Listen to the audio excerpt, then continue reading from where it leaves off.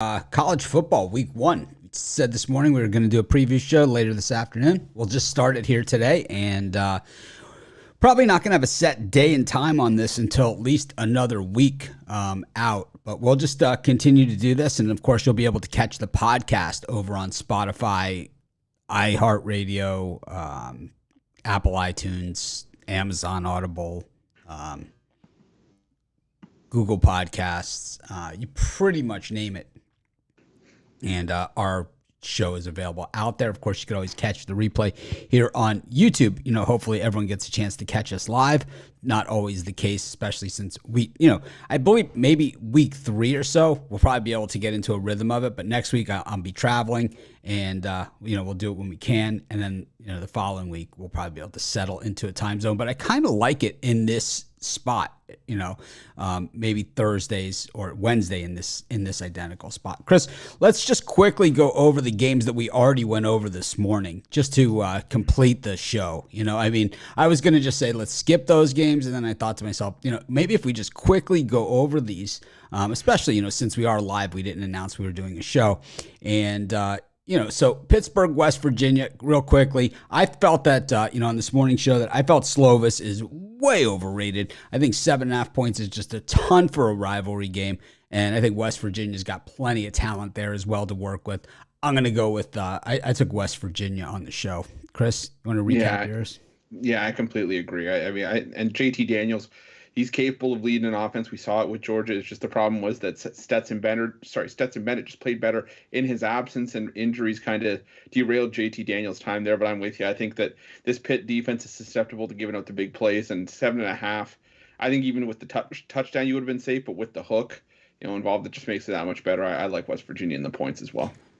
Got Oklahoma State taking on Central Michigan. I think this is a chance for an upset here, or at least a better game than people think. Central Michigan has the firepower. We like the running back, and I think that, I think this game might be closer than what the odds makers have this one at.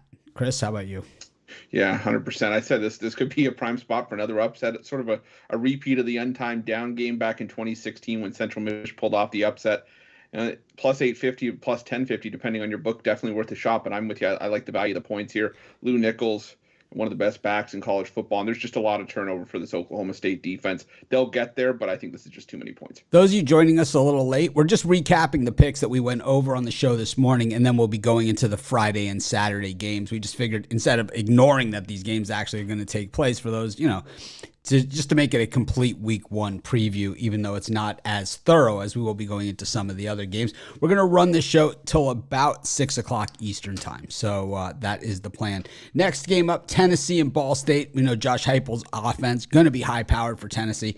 To me, I just think that the 5 touchdowns seems to be a lot. I know I was met by a lot of resistance in the comments this morning saying that Tennessee could have a 35-point quarter, no problemo. So I don't know. How about you, Chris? Well, I wasn't part of the resistance in the comment section, but I still think that, I think Tennessee capable of putting up at least a 28-point quarter, maybe somewhere in the second. I just think they'll run away with this one. I think it's something in the area of 49-10 or 52-17, or 52-13, something like that. Tennessee, I think, wins this one in a blowout. All right. Well, Chris giving out underscores there in that little hint. Anyways, Purdue versus Penn State. I felt that this line looked funny. I thought that Purdue actually probably the better team with a better quarterback. Penn State some quarterback issues, and returning quarterback coach, offensive coordinator. Just nothing to look forward to here. What do you think, Chris? Yeah, I've said before, I'm not a Sean Clifford fan, and Penn State really didn't do a good job protecting him. I think this is a bit of a fishy line as well, and I think that Purdue has a good shot at not only covering but winning this game outright. I like Purdue plus the points here. Missouri and Louisiana Tech. Louisiana Tech replacing a ton there, but not a very good team last year, even by Louisiana Tech standards. This is a team that's been good in recent years, not good last year. Missouri, they've been building, not quite. Drinkwitz not really setting the world on fire at Mizzou, but quietly playing some pretty good football there. Especially the second half of last season, and a lot of people quietly looking at Mizzou to possibly sneak into that SEC championship game. I think they I think they put a complete performance here against Louisiana Tech. Kind of just one of those games where they're just kind of in control from start to finish. And you know, with Drinkwitz, you're going to have all the fundamentals in place here. Yeah, I think this one's, for me at least, this was looking like an over. I just think there's going to be just a lack of defense. I think that you're just going to see a lot of big plays, the majority of them coming from Missouri here. I wouldn't be surprised if Missouri hangs, 42, 45 points on La Tech in this one. I don't think La Tech has to do very much to help us get over this total 61.5. So give me the over in this one. Yeah, so our last game is New Mexico State and Minnesota. And, we saw New Mexico State has a game in hand. They've already played. They played last week. So they didn't win. They covered. Maybe they didn't even cover against Nevada, but they were somewhat competitive. And I think having that under your belt against a somewhat conservative coach like PJ Fleck, this just seems like a lot of points. Once again, not one that you're rushing to the window. It's kind of like this is a week 1 game. If it's a different week, maybe we're looking at it differently. But those of you that are joining late, just remember, we're just breezing through the Thursday games. We went over them this morning, and then we're going to go over the Friday and Saturday games in a little bit more detail. Chris, recap here. Yeah, this was my least favorite Thursday game. I think I'm going to take Minnesota in the first half. I think they jump out to an early lead, and that way we don't have to worry about PJ Fleck or taking that conservative approach in the second half. 38.5 is just a ton for this game. I didn't like what I saw from New Mexico State in their week 0 game, but like you said, there is a chance to shake off some of the rust and maybe make this a game late. But I think I'll still stick with Minnesota in the first half. Okay, I'm gonna go with Utah State or New Mexico State here with the points. All right, so we move into the Friday games. So these are the games we haven't gone over. And of course, we're going to go into more detail on these tomorrow morning. And, the thing is why we do a college football and NFL shows. And the NFL show is not going to be me. It's going to be Jay Briggs and Al McMorty. I might do a guest appearance. We're not really sure how it's going to work.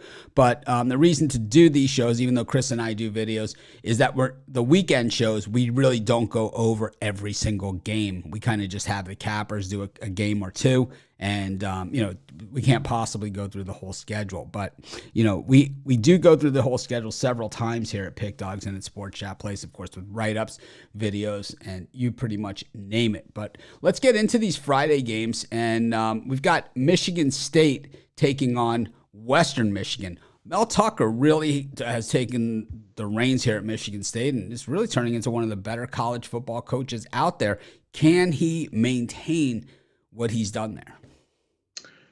I think he can, but this to me at least just seems a little bit egregious for a week 1 game. I know it's against Western Michigan, and Western Michigan wasn't very good defensively last year. They are starting a quarterback who's only had 5 career pass attempts, but I still think this is going to be a lower scoring game. I'm looking at the under in this one. I just think Michigan State's defense was for real last year, and I think Western Michigan's going to have trouble, but I don't think I think it's going to be a bit of an adjustment period for Michigan State learning to live life without Kenneth Walker. So I'll go with the under in this one.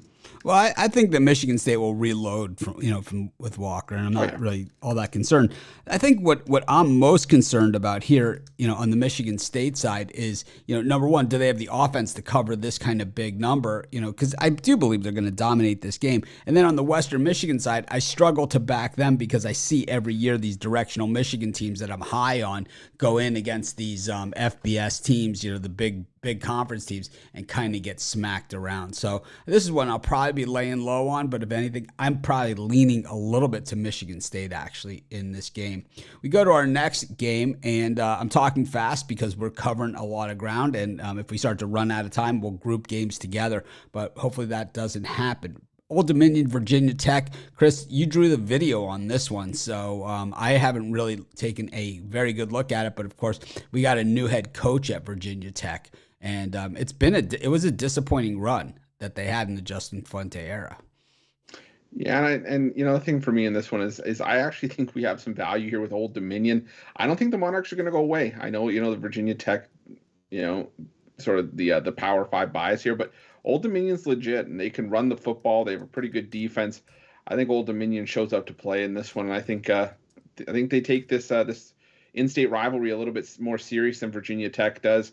I think if Tech wins this one, it's a 4-point game. So I'm going to go with Old Dominion plus the points in this one. Yeah, for me, I'm with you as well with Old Dominion and the points. I think I might even sprinkle a little bit on the money line. The line looks actually very low for this sort of game, and for good reason. I think we've seen Virginia Tech stumble in spots like this many years in a row, and I just don't have a ton of faith in them, especially since they seem to. Their players seem to have hit the transfer portal hard over recent years. So, who knows what kind of depth they have on this team either, especially that first game of the season where guys do get winded and gassed.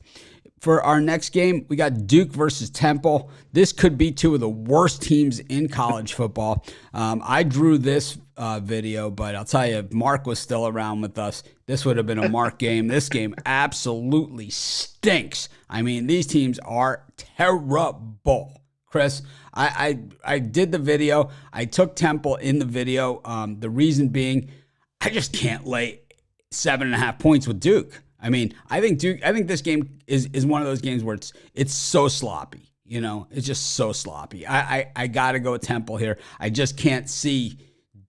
I don't know. Maybe they do. Maybe Temple is that bad. I'm not sure, but yeah, this thing's gruesome. Anyway, you slice it. What are you looking at here? Yeah, I'm with you with Temple and the points. Again, also not a game that I'm rushing to the window to bet. But, Temple, at least the thing you can say for Temple is that they return a lot of their production from last season. Duke, yeah, they lost a lot of their guys, and maybe that's not necessarily a bad thing. But I know we love David Cutcliffe, but I think this Duke team is in trouble. I think that Duke could be in trouble if they fall behind by even a score, and that would not surprise me. I might put some on Temple money line if forced to pick in this one, but I'll take Temple plus the points. Well, I spent years bashing Tom Allen of Indiana as the head coach, and last year it all kind of came in for me and paid all the dividends in the world as they went 2-10, including that 44-7 savage beatdown the last time we saw him in the Oaken bucket game against Purdue.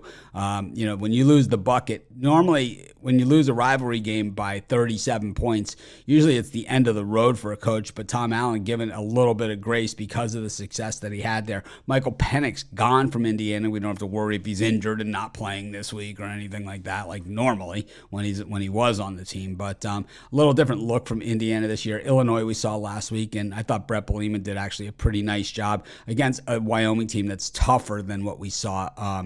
We saw them look like against Illinois, and I think it was a good sign for Illinois to kind of just be able to control that game. Yeah, and to tell you the truth, it was baffling to me that Indiana was favored here. I think Illinois, they had a great defensive showing against Wyoming. This is an Illinois team that I think is actually going to take it to Indiana pretty good here. Indiana showed nothing to me, and I'm flabbergasted here. I might even try to go with an alternate line laying points in Illinois' direction. But give me Illinois in this one, plus 1.5 money line, whatever you want. Ruffalo, flabbergasted, and I'm kind of with you there. I don't understand why Illinois is favored. I mean, why Indiana is favored. Kind of the second night in a row we're in a Big Ten game. I didn't understand the spread in Nebraska Northwestern either. So in these Big Ten versus Big Ten games, I've really struggled with the odds makers point spreads, but the public seems to keep them on that side. We've seen the line move a little bit to the Indiana side, but we have not seen it flip, at least not to this point. We go to our final game of the night, and that's TCU against Colorado. TCU, of course, Patterson gone from TCU. It's a totally different era. But Colorado, 13.5-point home dogs against the Frogs. Chris, I know this was one that you covered. What do you think of this thing? Yeah, and I'll tell you straight up, I'm on Colorado here. I like what Colorado's got coming into the season. Right now, for me, it looks like it's just a rocky road for TCU right now. They haven't been able to really settle on a quarterback. Sonny Dykes, he's going to have a high-powered offense for TCU. I think he's going to carry that play style into TCU, but I need to see sort of some consistency and just a direction that this team is going before I really instill any sort of faith in them, especially to justify a 5.5-point line move in their direction.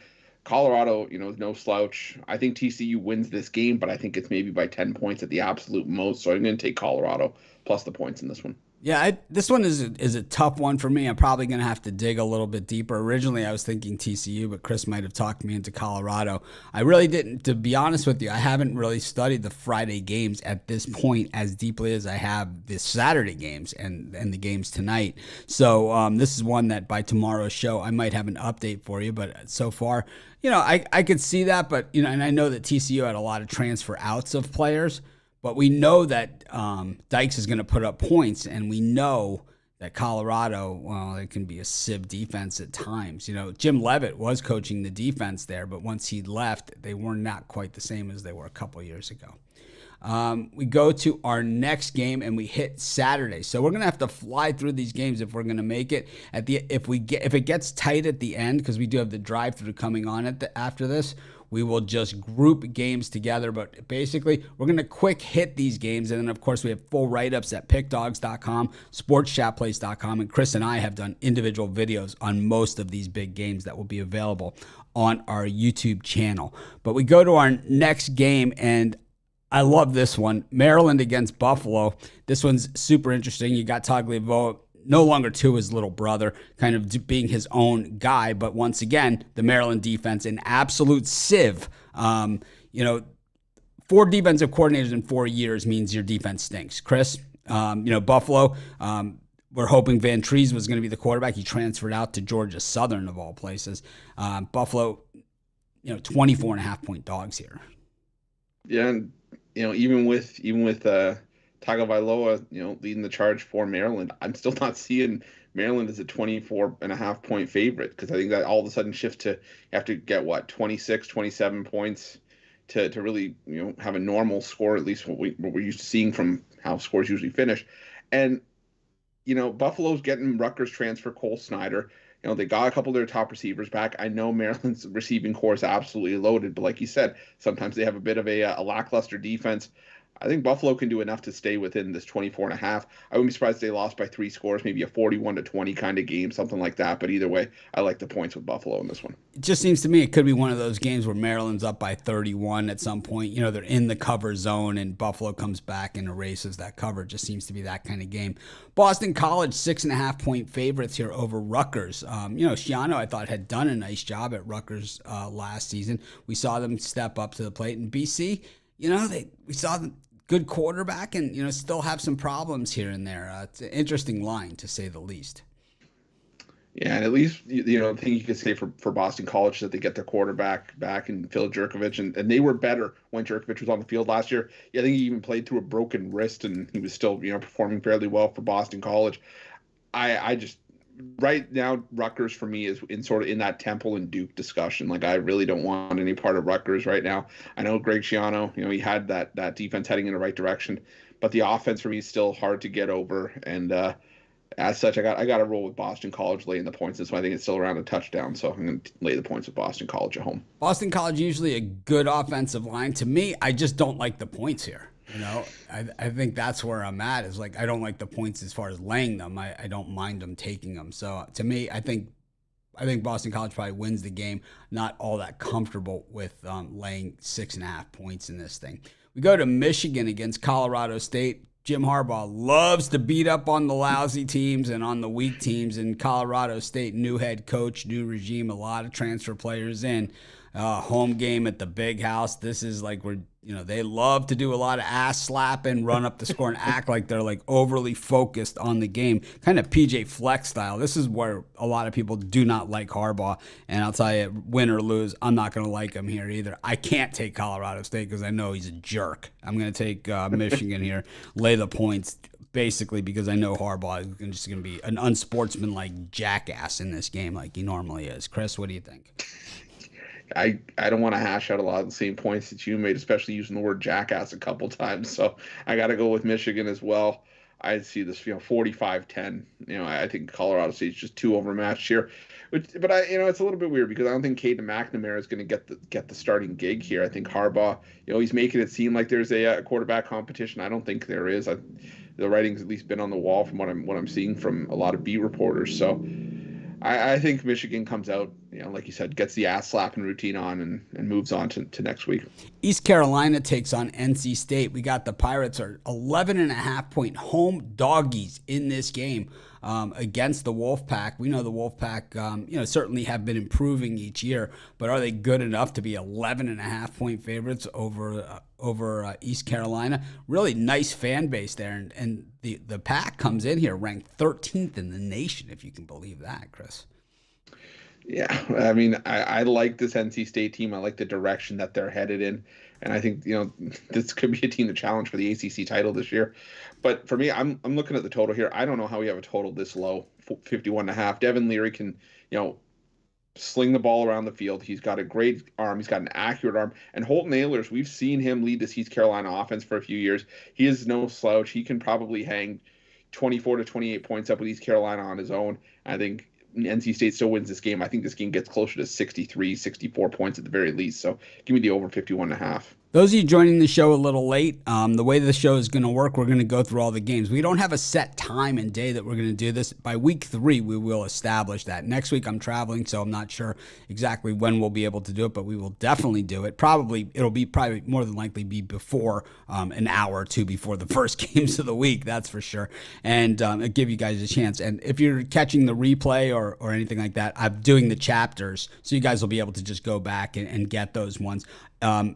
If you're looking for tonight's games, we went over these games this morning. We just recapped those on today's show. Chris and I also did videos on those, and we have write-ups tonight. But these are more for the Friday and Saturday games, because Saturday we're not going to have a chance to go over the schedule with the way that the show is formatted. So next we have App State against North Carolina. This line has dropped like crazy, and I could see exactly why, because North Carolina looked absolutely terrible against Florida A&M, getting gashed on the ground, couldn't get off the field on third down, all those problems. And for App State, they play these guys like this every year. It's kind of like a Super Bowl for them. It's almost like the Indianapolis 500, or the Daytona 500 starts off the NASCAR season. Well, for App State, teams like this, they're out of conference schedule against the big division teams.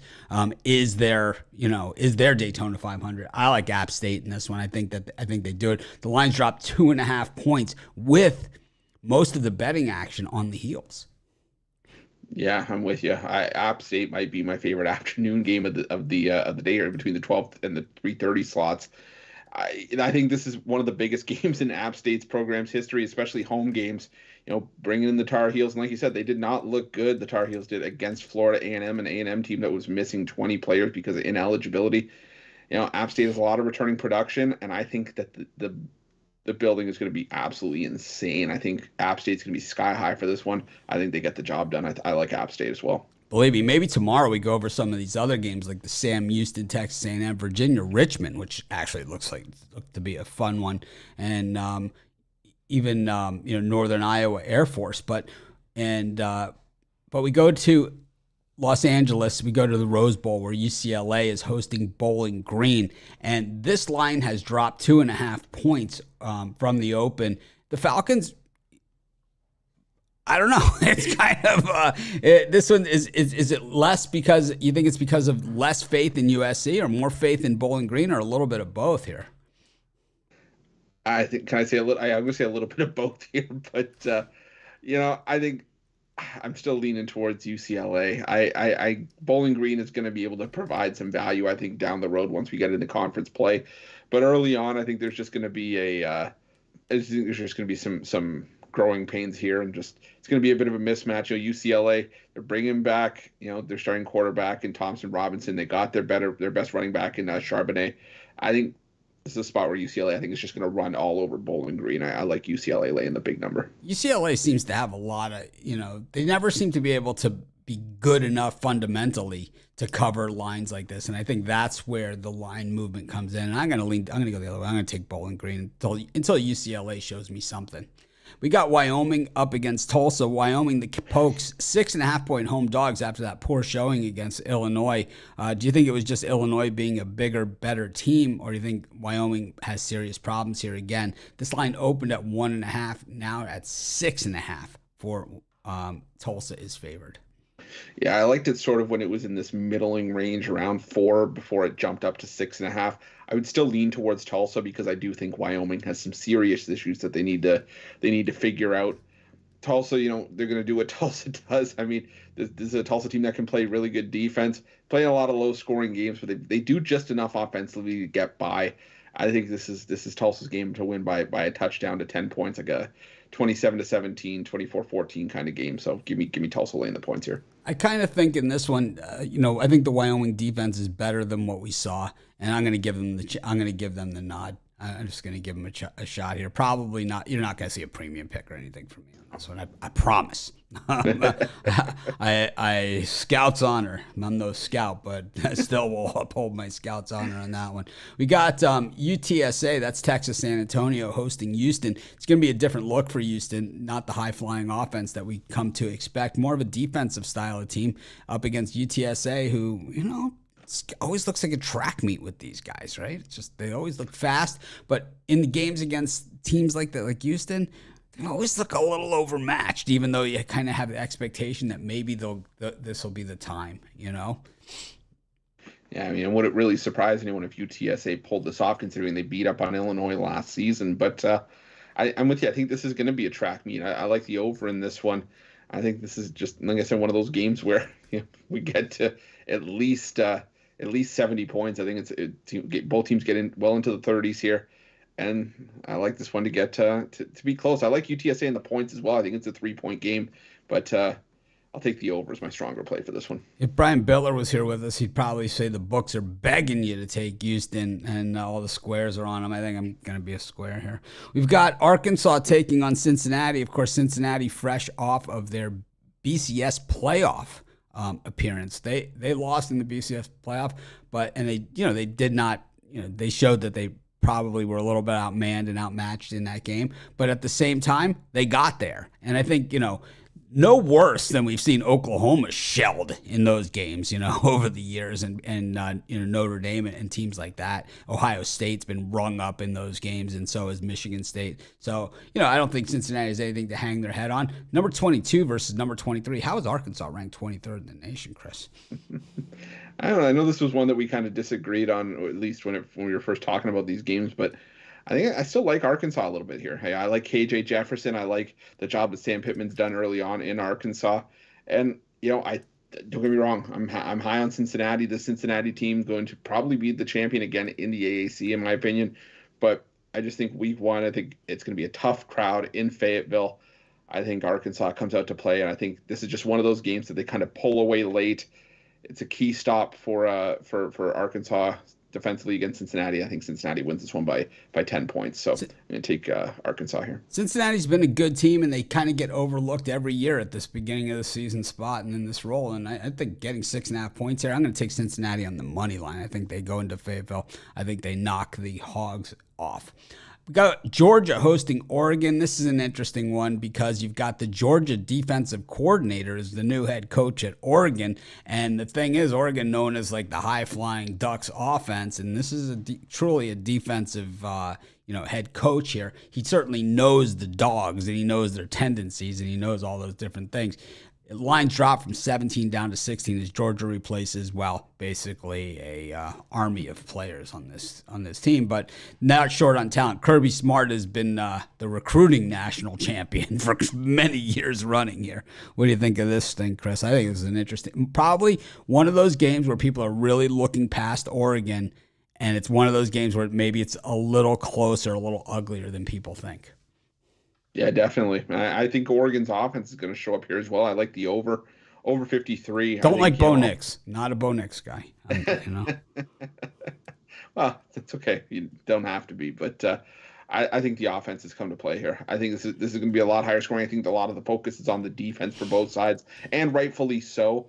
But we saw what this Georgia offense is capable of. They always seem to have a few explosive running backs that really show up and can carve up opposing defenses.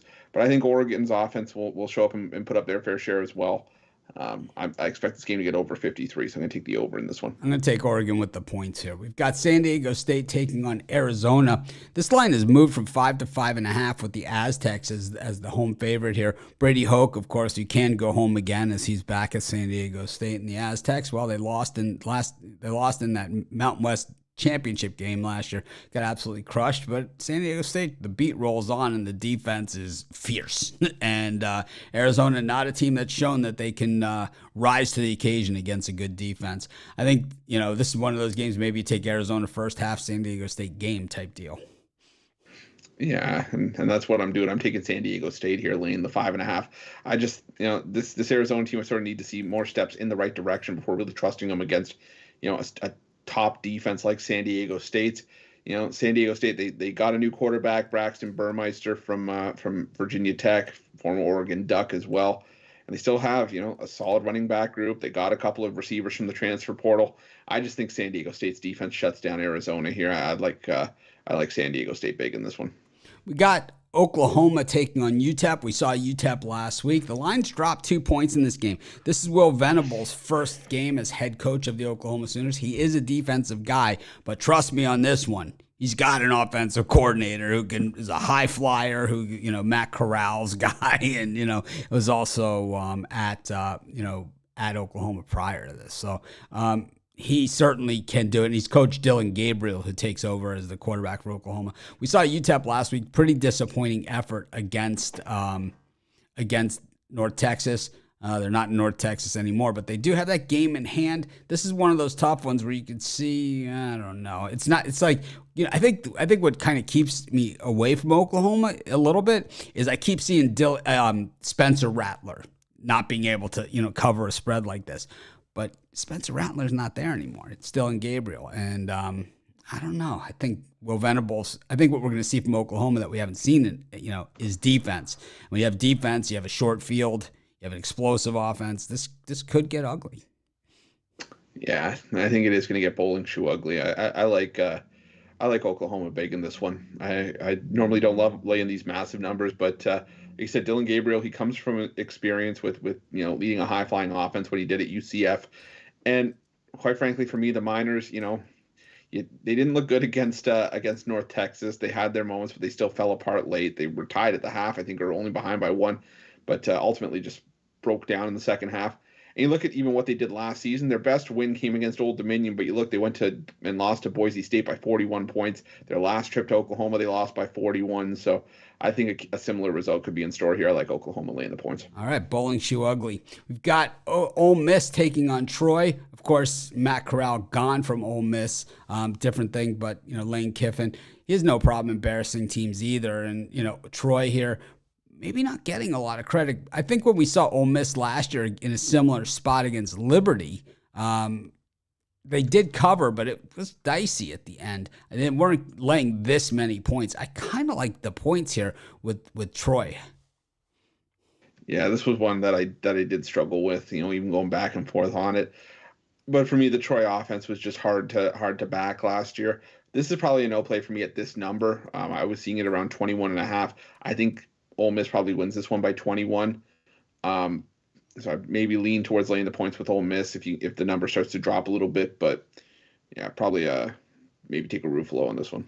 As a fan of the game, this is one that I'm really looking forward to. South Florida against BYU. South Florida's given BYU some trouble in recent years, and both these teams return everybody. This is one of those college football games where everybody's back for both teams. So you have a lot of guys with a lot of experience. The problem is, South Florida's got the experience going 3-9. BYU has guys that have kind of been around the block before. So, this is going to be a pretty decent game. I think BYU might just be a little bit too physical. I think they're going to definitely get the win, but do the penalties keep them from covering? Yeah, it might. I still think it's going to be a lower scoring game, though. I don't really trust USF to get into many shootouts as good as BYU has been. I think this is just going to be a game that struggles to get to 50. I don't see either team getting into the 30s here, so I'm going to take the under 58.5 here. There is a ton of production. I think that's going to lend itself to experience, and neither team really getting rattled in week one of the season. Massive line mover here as Nevada, Texas State has dropped from 8 down to a half of a point. It is very interesting that this line has dropped, but Texas State, real good quarterback. I mean, that's really what this comes down to. Do you think that's enough? Because we saw Nevada last week, so they have the game in hand. I think at 8, maybe it was a little dicey, but to lay the half a point, I mean, more than likely, they're going to go into this game as dogs against Texas State, who really was nothing last year. And they, like you said, they switched up their quarterback. They did in Texas State, and I think that's going to play to their advantage here. I do like Texas State. I think the line move is justified. Nevada did not look good in their opener. Yeah, they had the game to shake off the rust, but neither of their quarterbacks looked very good. Shane Illingworth didn't do much. Nate Cox didn't do very much. They had to rely on the running game, and I think I like what Jake Spavital's doing in San Marcos with Texas State. I think they're heading in the right direction. So give me Texas State I guess pick 'em spot here, and I expect them to be laying points by kickoff. We got Ohio taking on Florida Atlantic, and I thought Florida Atlantic was one of the more impressive teams in Week 0. They pretty much ran roughshod over Charlotte, and N'Kosi Perry, the former Miami quarterback, really had a nice day, maybe showing that he does have that skill set that he came in so highly recruited. Ohio, the post-Frank Solich era, kind of like the post-Frank Solich era at Nebraska, hasn't been a lot of fun for the home folks. Chris, I think this could be a circle game for me. Yeah, I think so as well. I think Florida Atlantic for me is the play in this one. The Bobcats, yeah, they have a ton of returning production, but it's like you said, it's returning from production from a team that wasn't very good last year. Curtis Rourke, Ohio quarterback, he wasn't very good at quarterback last year, and he's going to have a new rotation of players, but I think this one's just all Florida Atlantic. They're the better team, top to bottom here, and I think getting a short line of only laying 4 points is a gift here, so I like Florida Atlantic in this one. We got USC taking on Rice, and the Lincoln Riley era is underway now at USC. And the thing about this is a lot of people are talking USC and national championship and things like that. And while Lincoln Riley has had some great offenses, and he's got some of his players, and he has the makings of it. He had transfers at wide receiver out of Oklahoma that did not come with him to USC as well. But he gets his quarterback back in Williams. But the problem is it still a Lincoln Riley defense, which is an absolute sieve? I don't think Rice puts up much of a challenge here. But as far as those loftier expectations down the road and those futures bets, I think people are burning money on USC. How about you, Chris? Yeah, I think so as well. And, I think that, like you said, this is just a spot where Rice isn't going to pose the test that, USC will face down the road. And, we'll have to see what happens when rubber meets the road for the Trojans when they get into conference play or when they play these tougher teams. But for week 1, this is sort of the perfect Lincoln Riley ass slap and tune up. I think USC comes in and just runs roughshod over Rice. 56-10 wouldn't surprise me here. I don't know. But, I don't know about that, because for me, it's one of those games where I think the world is like USC. And into that, you're seeing a 2.5 point line drop. So it's kind of like, maybe not so much, because the defense still is going to be a problem with the Lincoln Riley team. We'll have plenty of time to talk about this one. But Tulane against UMass, because we're a little short on time here. We got about 10 minutes left. We're just running through the schedule in time order here. Those of you that are joining late, we're going to do a college football show every single week. We're going to have an NFL show every single week as well. It won't be Chris and I on the NFL show, but we'll be doing the college football show. And we might have some guests from time to time as well on those shows if anyone wants to sit in with us. But we've got Tulane taking on UMass. There's an old saying, Chris, UMass is straight ass, but 28.5 points here with the Minutemen. Do you think they can hang with the Green Wave for more than a minute? This is a bad game. I have a lot of trouble with Tulane laying this many points. I'm going to have to go at UMass and the points. I do not like it. And I feel like a Bittler. I feel like this is a Bittler pick. I do. I mean, for me, I hate this game personally. I don't like using the word hate too often, but I'll go towards the over here. I like the over at 58.5. I think UMass's defense, like you said, straight ass. And Tulane is still prone to giving up their fair share of points as well. UMass can at least score 14, 17 points, it's all about what Tulane does in terms of naming their number here, but I think we do get over the total in this one. Well, that is, that it's like that's one of those. It's one of those games. A nice cop out there by taking a total on that one. We've got Florida up against Utah in the Swamp in Gainesville. The Gators 2.5-point home dogs here at Ben Hill Griffith Stadium up against the U2 return Rising at quarterback. Remember last year they've had Brewer at the beginning of the season, and they put Rising in, and it was like, oh man, that beatdown game against Oregon when Oregon was a potential playoff team. It's still fresh in a lot of people's minds, but at the same time, Utah did not really show up after that. And then the Gators, of course, new head coach Billy Napier, more of a dot the I's and cross the T's guy, and the players are buying into this, and he's got a lot of talent. This is a very good game. This is one that, if you're a college football fan, just pick a side and put a couple bucks on one side or the other, just so you can stay engaged and watch this game, because I think it's going to be that good. Yeah, and I agree 100%. I think this is going to be a fantastic game to watch.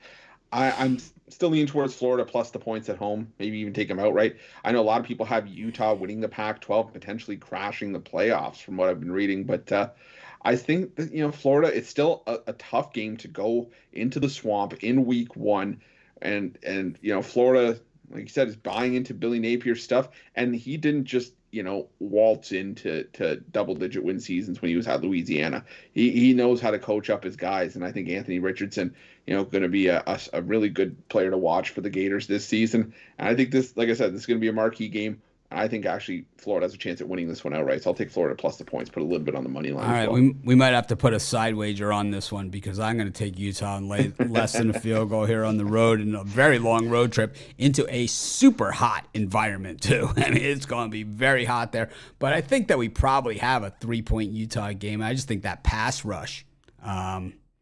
I think that pass rush is going to be a little bit of a problem for Richardson. That to me is going to be the difference maker. I think Whittingham draws something up. We got Kentucky trying to become a football school, taking on Miami of Ohio. 3.5 points is the spread here for Coach Stoops and the Cats. Chris, what do you think here? I'm going to take Miami, Ohio in the points. I think Kentucky's starting to shift to a run first, really run heavy style of offense. I think that's just going to lead to longer runs, longer drives, more sustained drives, time shoot up off the clock, which is tough to cover. Big numbers like what you're seeing here. And Miami, Ohio, they have some solid running backs as well. They bring back their quarterback in Brett Gabbert, and I think Miami, Ohio can keep this one close. Kentucky struggled to put away FCS teams like Chattanooga last year. I think Miami, Ohio could keep this one close. I like the Red Hawks and the points. Yeah, I think that I'm going to go the other way here. I think Kentucky, we've seen them have a lot of success over the first half of the season in recent years, and I think they open it up in style here at home. Coastal Carolina taking on Army, a 3.5-point line drop. Coastal returns their QB from last season, and no longer a novelty act, the Chanticleers. Not quite the same season last year that they had the year before, but at the same time, still a very, very good team. And now that they're kind of a name brand and a recognizable brand, getting the transfers in too, I'm not seeing this, Chris. I'm not seeing this Army backing here. Maybe I'm a sucker, with the public seemingly on Coastal Carolina with the dropping point spread. Maybe I'm the square, but I'll be square on the teal turf with my Chanticleers. How about you? I do like Coastal in this one, but I also like the over here.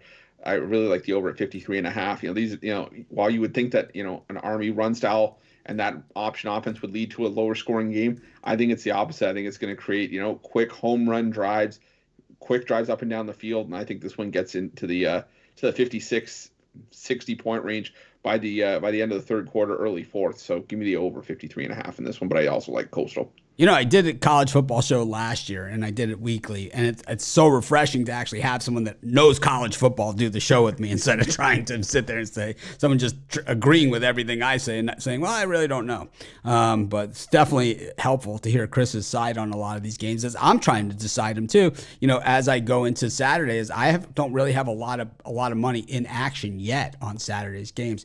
Southern Miss up against Liberty. Of course, Liberty losing their QB, but the U-Freeze recruiting train in action at Liberty. This guy, When you get fired over recruiting violations, it means you know how to walk the line. And let's just say you freeze, he knows how to walk the line. I just got to think that Liberty's probably loaded with talent here. I think they beat Southern Miss on the road here. I think the 3.5 just trying to scare off some of this Liberty money. How about you, Chris? Yeah, 100%. I'm on Liberty as well. I watched Southern Miss last year. That Southern Miss team was an absolute train wreck, and I haven't seen enough turnover, enough change to suggest that this year is going to be anything different.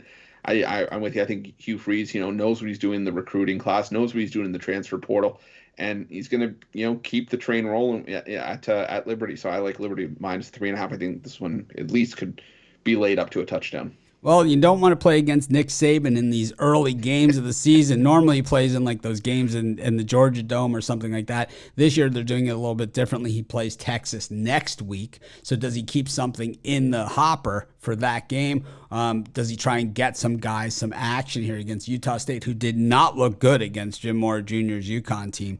The Aggies getting 6 touchdowns and a hook, Chris. That is a lot of points, even at Tuscaloosa, even against the Tide. Nick Saban traditionally not really a run up the score team. I mean, he's a soundly beat teams, but against these type of teams, traditionally, not really a 7 touchdown winner. What do you think? You're right. He doesn't normally run up the score. He's not that kind of coach, but I think this is one of those games where Alabama just steps all over Utah State. I did not like what I saw from Utah State in their opener. And you look at what Alabama's done. Nick Saban may not be a run up the coach guy, but with the last, I think, 15 games in week 1 that the Tide had played, they're 15-0, 12-2 against the spread. And, you can see what they did against Miami last year, won by 25, I believe it was. They usually beat up on teams by at least five touchdowns in these early games. I think Utah State's just way overmatched here. I like Alabama to win this one by 45 points. I'll take the Aggies here. I think they were just looking ahead to this game. And, we saw that they can play with the big boys last year when they won the Mountain West Championship and they beat San Diego State. 44-13 in the championship game. I think they're a more physical team than people give them credit for. They're probably not going to go into Tuscaloosa and beat Alabama or give them the score. I wouldn't be surprised if they're in this game at halftime, though. I would not be surprised at all. North Texas taking on SMU. Of course, the Mean Green 1-0 after the last week's start. But here they are, 11.5-point dogs to the Ponies, Chris. SMU, oh, man, it's just you always assume that they're going to be this high-flying offense, but I'm not 100% sure this season. But North Texas, they went from 9 to 11.5 in this game, coming off of a massive win against UTEP. Yeah, and I think this game just comes down to who controls the pace. Obviously, North Texas going to want to rely on their defense and going to want to rely on a slower, run heavier game. SMU, like you said, they're going to want to let it fly. But I think that I think SMU is the one that takes control of this game. I think if they try to run the ball, they're going to run into North Texas's issues here. But that's where North Texas thrives, is stopping the run. I don't think they're going to have success against SMU's pass attack. I like SMU in this one. The favorite 8-0 in the last 8 meetings between these two. Against the spread, I got to go with SMU in this one. Yeah, I'm gonna roll with. I think I'm gonna take North Texas in the points. Probably a bit of a sucker bet, but probably a bet that I'm not gonna need to make because I see plenty of other games on the board that I like better than this one. But I just think that having the game under their belt and having some confidence, knowing that they can do some things, I think it's probably pretty good news for the Mean Green here. We got Mississippi State taking on Memphis. Memphis trying not to be like a novelty act type team, but in the AAC, but at the same time, they're up here against Mike Leach and the Bulldogs. And, Mike Leach, oh boy, you're just never sure what you're going to get. They are a Forrest Gump. He is a Forrest Gump type coach, and, his teams generally are too. It's like a box of chocolates, right? You just never know what you're going to get. And I know other people have other things to say about, the box of chocolates. It's like, yeah, it's like a box of chocolates. Spend, most of their time around just getting poked. But anyways, I'm not going to finish the joke, but anyways, Chris. Yeah. I got no words for that, but I will say poked and passed around is part of it. Yeah, I'm gonna stay away from that one. But you know what? I like Memphis with the points here. You look Memphis, they beat Mississippi State outright last season, and they give these Mississippi teams trouble. Whether it's Ole Miss or Mississippi State. I think Memphis is legit. I don't know if Memphis wins this game this time around, but they were 0-5 against the spread on the road last season, but they were never more than an underdog at 10 points. 16.5 to me just seems like a little bit much, even against Mississippi State. I love Memphis in this one plus the points. I think Mississippi State is an SEC team, so they're going to have the physical players. It's just I think Mike Leach's style tends to, create opportunities for the other team.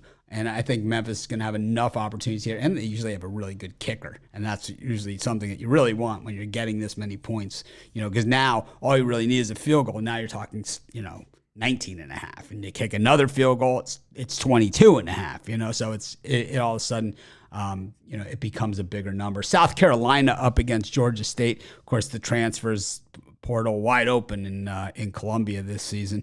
New quarterback, new attitude, and it's pretty much the same old story for them. Georgia State, this team generally a little bit better than people think, and we saw them last year play the big out of conference in the SEC early as well. Yeah, and this was a game I covered, and I think I'm still leaning with South Carolina laying the points here. I think that, they did some overhauling, South Carolina did. And while Georgia State has a nice quarterback in Desmond Trotter, they've shown they can hang with the big boys, but I think this is just a game that South Carolina is just going to be that much better. I think they win this one by 2 scores. I'm going to lay the points with South Carolina. Not a game I love, though. All right, we're just about out of time, but we'll do the best that we can. Ohio State, Notre Dame. Chris, any thoughts on this little game? I think that Ohio State, the expectations are just so high. They just returned so many pieces of that offense, but not the receivers, but the receivers that we did see and that are returning. These guys are ridiculous as well.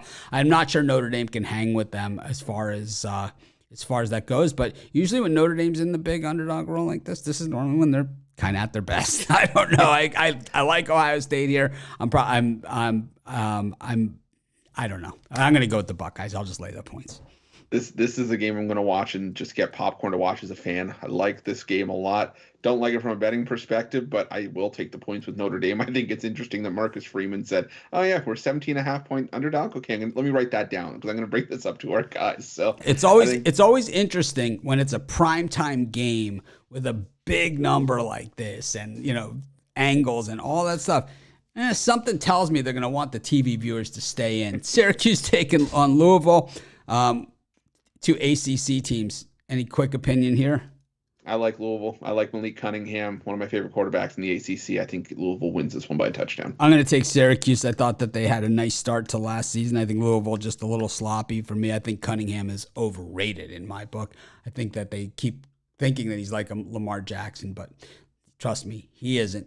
We've got Texas against Louisiana Monroe. Look for the Horns to probably run it up here. These are the games that they definitely, get it done in. They don't beat the good teams, but these are the type of games where it's kind of like 55-10 type situation. I like the Horns here against Louisiana Monroe. How about you, Chris? Yeah, so do I. I'm not high on the Longhorns, but ULM, what do we always said? ULM stands for you lose money. So I go with Texas in this one. Yeah, I lost a lot on Louisiana Monroe early in the season last year. We go to our next game, and that's going to be the Oregon State against Boise State. Another good game that Hank Bachmeier's back. Boise 7-6 last season, very un-Boise-like. And Oregon State, a lot of people saying maybe this team has a shot at winning the Pac-12. I don't know. What I see here is a Boise defense that had 23 turnovers created last year and a quarterback that basically is Keaton Slovis, just a turnover machine. I like Boise here on the road getting the points. How about you, Chris? And another one that we disagree on, but we can't agree on everything. I lean towards Oregon State in this one. I saw a lot of the offensive production leave from Boise State last year. I think Oregon State, like you said, they have high aspirations in the Pac-12 this season, and nothing would start them off better than a win at home over a still very good Boise State team. So I think the line's low for a reason. I think it's going to be tight, but I think Boise State wins this one by 4 to 6 points. Oregon State, excuse me. Washington versus Kent State. Michael Penix Jr. taking over at Washington at QB. I don't know. I'm going to take the Golden Flashes here. Penix never has impressed me. What do you think, Chris? Yeah, nothing wrong with some Golden Flashers, but I do like Kent State in this one. I think Kent State is for me. Michael Penix Jr. is your Malik Cunningham. I think Michael Penix Jr. just a bit overrated here, and I think Kent State could keep this one close. We go to Sunday.